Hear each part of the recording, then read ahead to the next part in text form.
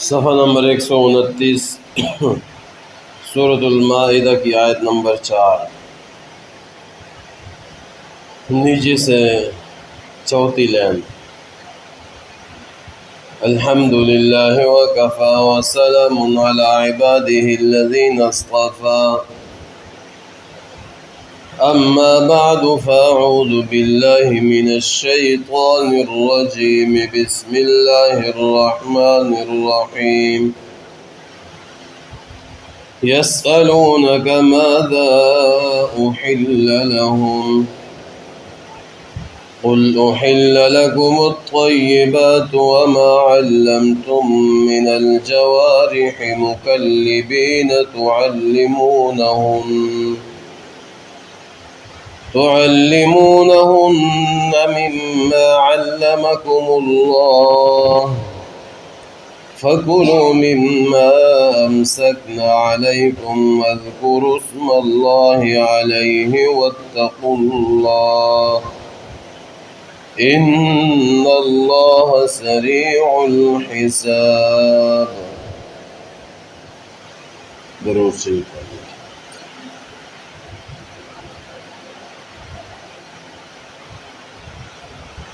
یسألونک ماذا احل لهم، آپ سے پوچھتے ہیں کہ ان کے لیے کیا چیز حلال ہے۔ قل احل لکم الطیبات، آپ فرما دیجئے تمہارے لیے سب پاکیزہ چیزیں حلال کی گئی ہیں۔ وما علمتم من الجوارح، اور جو شکاری جانور جسے شکار پر دوڑنے کی تعلیم دو۔ مکلبین تعلمونہن مما علمکم اللہ، کہ انہیں سکھاتے ہو اس میں سے جو اللہ نے تمہیں سکھایا ہے۔ فَكُلُوا مِمَّا أَمْسَكْنَا عَلَيْكُمْ، سو اس میں سے کھاؤ جو تمہارے لیے پکڑ کر رکھے۔ وَاذْكُرُوا اسْمَ اللَّهِ عَلَيْهِ، اور اس پر اللہ کا نام لو۔ وَاتَّقُوا اللَّهَ، اور اللہ سے ڈرتے رہو۔ إِنَّ اللَّهَ سَرِيعُ الْحِسَابِ، بے شک اللہ جلد حساب لینے والا ہے۔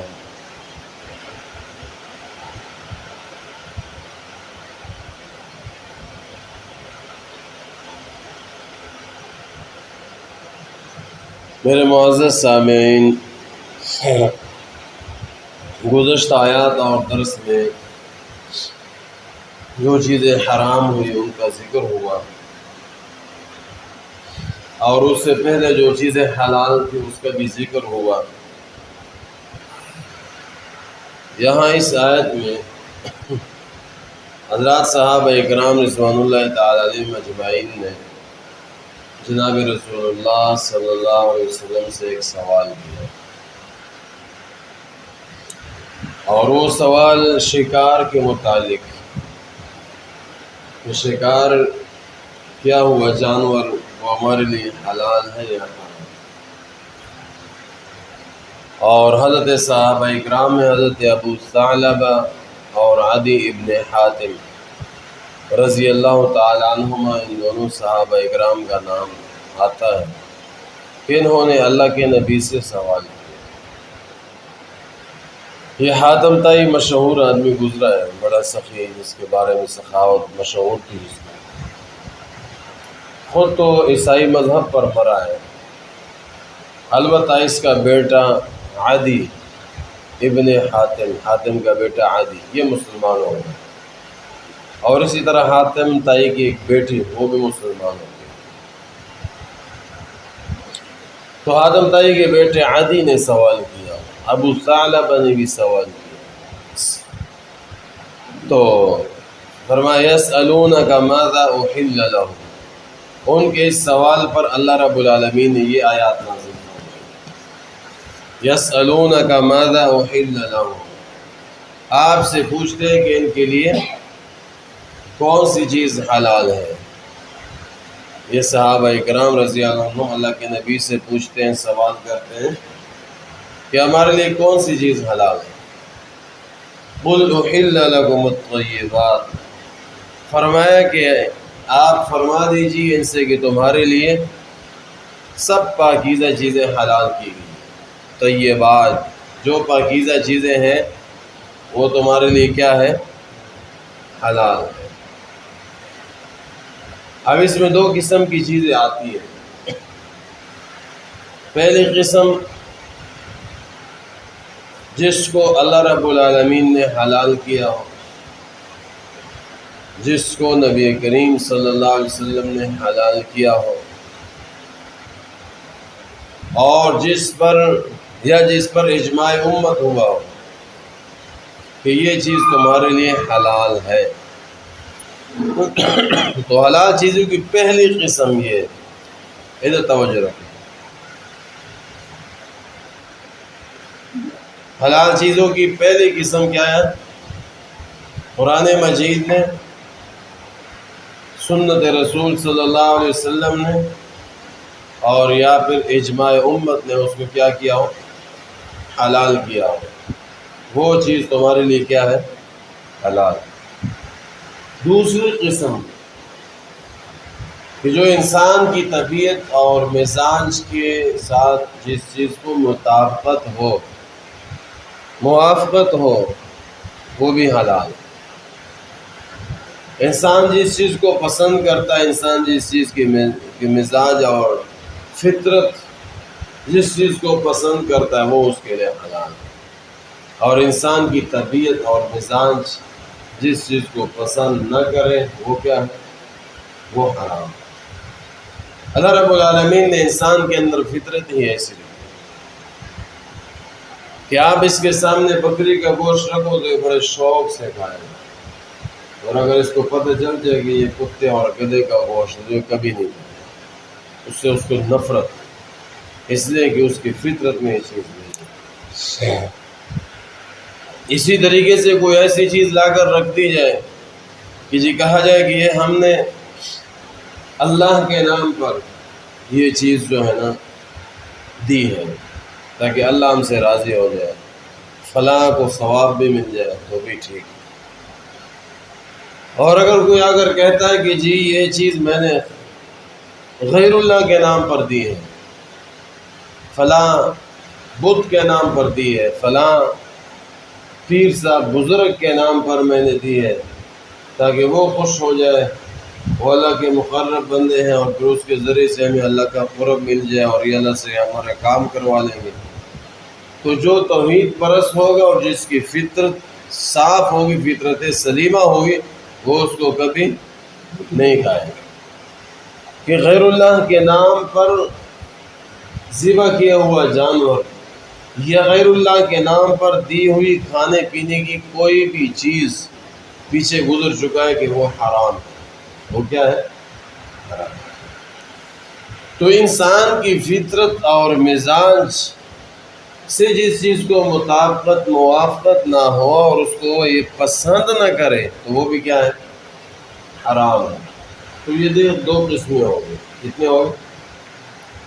آگے اللہ رب العالمین نے فرمایا شکاری جانور کے متعلق، وَمَا عَلَّمْتُم مِّنَ الْجَوَارِحِ مُكَلِّبِينَ، اور جو شکاری جانور جسے شکار پر دوڑنے کی تعلیم دو، تُعَلِّمُونَ مِمَّا عَلَّمَكُمُ اللَّهُ، کہ انہیں سکھاتے ہو اس میں سے جو اللہ نے تمہیں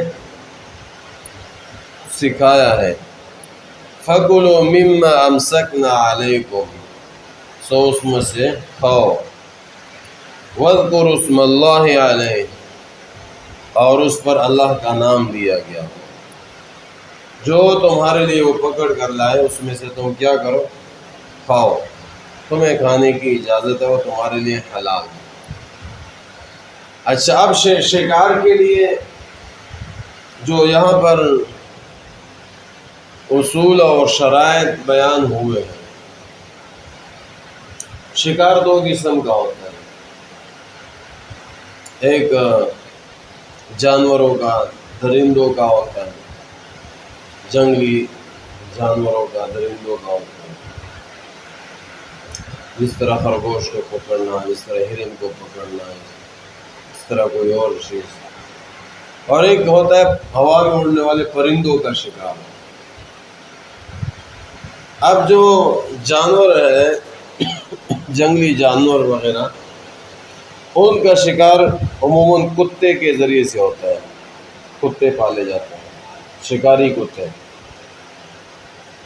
اور جو پرندے ہوتے ہیں ہوا میں اڑنے والے، ان کے شکار کے لیے عام طور پر وہ باز رکھا جاتا ہے، باز سے یا شکرا، اس سے جو ہے نا وہ شکار کرتے ہیں۔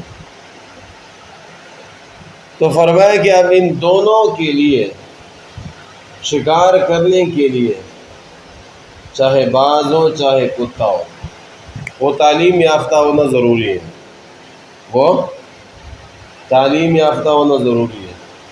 تعلیم یافتہ ہونے کا یہ مطلب نہیں کہ اس نے اسکول پڑھا ہو یا مدرسے میں پڑھا ہو۔ تعلیم یافتہ کا مطلب یہ ہے کہ اس کو تربیت دی گئی ہو، اس کو سکھایا گیا ہو۔ شکاری کتا ہوتا ہے، اس کو لوگ رکھتے ہیں، آپ نے تو دیکھے ہیں شکاری کتے، شاید آپ نے بھی دیکھے ہوں گے، بڑے تیز دوڑتے ہیں۔ تو شکاری کتا جیسے پاک میں آتا ہے کہ سدایا ہوا کتا ہو، سدایا ہوا یعنی اس کی باقاعدہ تعلیم اور تربیت اس کی ہوئی ہو، اور اس کی علامت یہ ہے کہ وہ خود سے شکار کے اوپر نہ پڑے، جب تم اشارہ کرو پھر وہ بھاگے، خود اپنی مرضی سے نہ جائے، خود اپنی مرضی سے نہ جائے، نمبر 1۔ دوسری بات یہ کہ جب یہ شکار آپ کے پاس لائے پکڑ کر، تو اس میں سے اس نے خود کچھ نہ کھایا ہوا ہو۔ اگر اس نے خود کچھ کھا لیا تو اس کا مطلب یہ ہے کہ اس نے شکار اپنے لیے کیا، تمہارے لیے تو بھی تمہارے لیے حلال نہیں ہے۔ ایک تو یہ ہے کہ وہ خود سے اس پر نہ پڑے، دوسرا یہ ہے کہ اس میں سے وہ خود کھائے نہ۔ اور جب تم شکاری کتے کو شکار پر چھوڑو تو تم کیا پڑھ لیا کرو؟ بسم اللہ پڑھ لیا، بسم اللہ پڑھ لیا کرو۔ اب وہ جانور اس نے اگر اس کو زخمی کر لیا اور آپ تک پہنچنے سے پہلے وہ مر گیا تو تمہارے لیے حلال ہے، حلال ہے۔ اس لیے کہ جب تم نے کتے کو چھوڑا تو بسم اللہ پڑھ لی تھی، بسم اللہ اللہ اکبر پڑھ لیا تھا۔ اب اگر وہ مر گیا تمہارے تک پہنچتے وہ حلال ہے تمہارے، اور اگر زندہ پہنچ گیا تو پھر اس کو شریعت کے مطابق ذبح کرو، تمہارے لیے حلال۔ تو یہ شرائط لکھی۔ اور جو پرندہ ہے اس کی جو ہے نا وہ تربیت اور تعلیم یافتہ ہونے کی نشانی یہ ہے کہ جب تم اس کو چھوڑو کسی جانور پر، پرندے پر چھوڑ دیا، اڑا دیا، پھر آپ نے اس کو واپس بلایا، اب وہ واپس آ جائے، تمہاری بات مان لے، تو سمجھو کہ یہ کیا ہے، اس کی تربیت ہوئی ہوگی، اب اس کا شکار تمہارے لیے ہوگا۔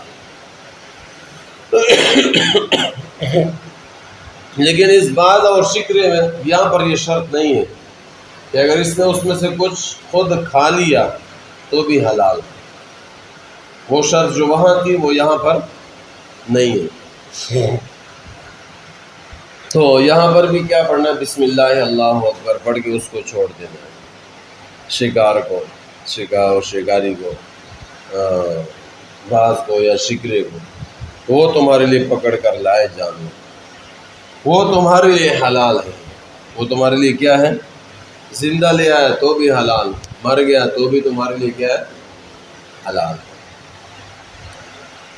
تو اللہ رب العالمین نے یہاں پر اس کی تفصیل بیان فرمائی اور اس کے ساتھ فرمایا واتقوا اللہ، اور اللہ سے ڈرتے رہو، اللہ سے ڈرتے رہو، اللہ کا خوف اپنے اندر رکھو، تقوی اپنے اندر پیدا کرو۔ یہ جو اللہ رب العالمین نے اصول اور احکامات بیان فرمائے، اس کے بارے میں اللہ سے ڈرتے رہو، اس کی خلاف ورزی مت کرو، اللہ کے بیان کردہ ان احکامات کو توڑنا نہیں، حلال اور پاکیزہ چیزیں کھاؤ۔ حلال اور پاکیزہ چیزیں کھانے سے انسان کو جسمانی طور پر بھی اس کا فائدہ ہوتا ہے اور روحانی طور پر بھی اس کا فائدہ ہوتا ہے۔ اور جن چیزوں کو اللہ نے حرام کیا ہے اس کے کھانے سے انسان کو جسمانی طور پر بھی نقصان ہے اور روحانی طور پر بھی اس کا نقصان ہے۔ انسان کی صحت کے لیے بھی مضر ہے اور انسان کی روح کے لیے بھی نقصان دہ ہے۔ ان اللہ سریع الحساب، اللہ نے فرمایا کہ بے شک اللہ جلد حساب لینے والا ہے۔ اللہ رب العالمین نے حساب کتاب کی طرف بھی متوجہ فرمایا کہ اس کو بھی اپنے دھیان میں رکھو کہ ایک دن تمہیں اللہ کے ہاں جواب دہ ہونا۔ اللہ رب العالمین نے جو تعلیمات دے دی، جو احکامات بیان فرما دیے، اسی کے مطابق چلو، اسی کے مطابق عمل کرو۔ اللہ رب العالمین سے دعا ہے کہ اللہ مجھے اور آپ کو عمل کی توفیق نصیب فرمائے اور زندگیوں میں لا کر دوسروں تک پہنچانے کی توفیق نصیب فرمائے۔ الحمد للہ رب العالمین الرحمن الرحیم والعاقبۃ للمتقین والصلاة والسلام علی سید الانبیاء والمرسلین اللہم صل علی محمد النبی الأمی وعلی آلہ وسلم تسلیما اللہم اعنا علی ذکرک وشکرک وحسن عبادتک اللہم انا نجعلک فی نحورہم ونعوذ بک من شرورہم